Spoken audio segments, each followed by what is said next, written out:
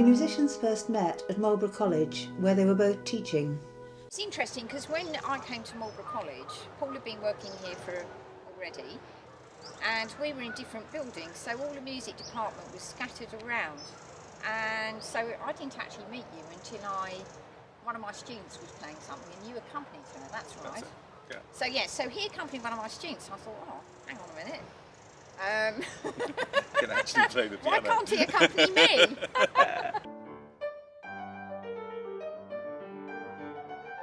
Paul trained at the Royal Academy of Music.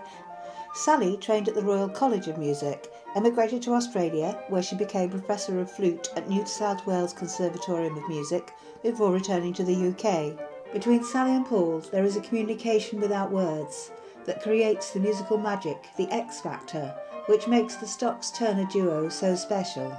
We don't have a huge amount of discussion.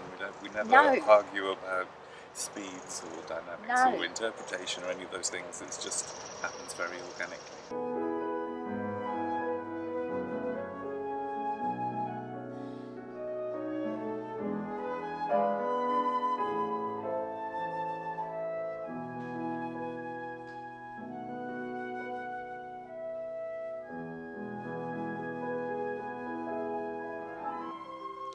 Like all entertainers, Sally and Paul are no strangers to the challenges of performing live.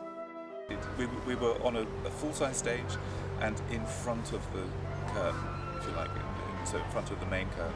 And there was a very complicated set with lots of stairs and doorways behind the curtain. And I introduced this piece and introduced Sally, and she didn't walk on. So I just talked a bit further.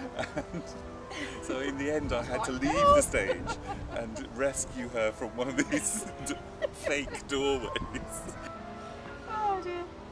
No, the music fell off the music stand, and I sort of looked in desperation at the audience, you know, in the front row, thinking, oh, maybe somebody might come and pick it up for me.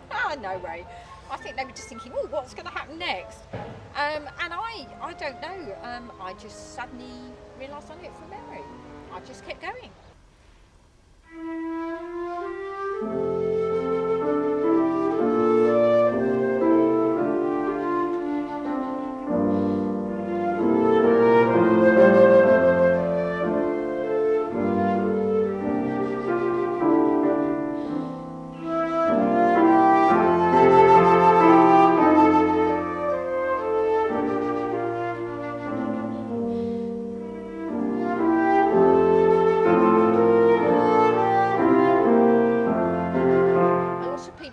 Walk out and you can play, and oh, isn't it lovely, you know?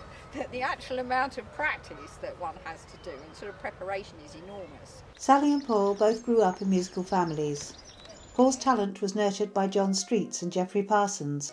Sally took part in residential masterclasses with the famous James Galway at Stowe School, before studying at the Royal College of Music with Christopher Hyde-Smith and Graham Mager.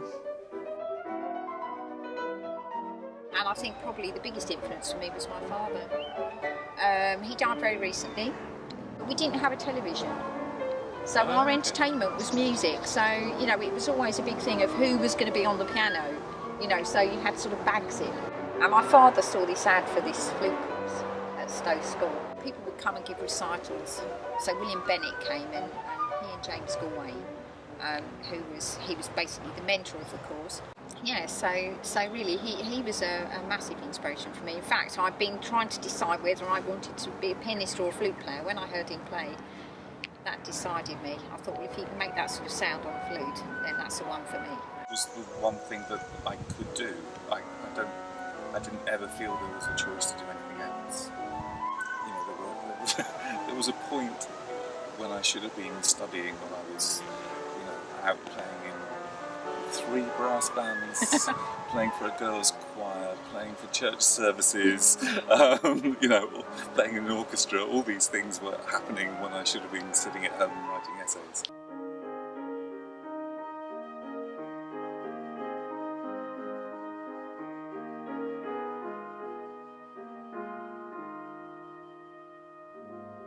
So I think what we like to do is to try and balance it so that the instruments are pretty even.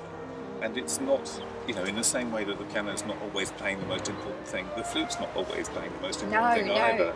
So it's quite nice to be able to sort of come in and out of those sounds. So that's other than technically getting around the stuff in the first place, that's the biggest challenge, is just to try and balance it and voice it in a way that makes good musical sense.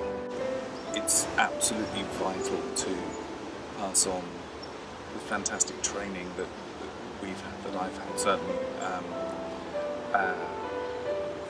Even if people aren't going to use it as their profession, it's a huge aid to learning. It's really good for finding your concentration and your focus, and finding shapes and patterns in the music is translatable to many other subjects. I've been teaching since I was 15, in fact. I played in a concert somewhere. I think it was in my hometown, and afterwards in fact it was our vicar's daughter asked me if I'd teach her the flute, and so that's how it started for me.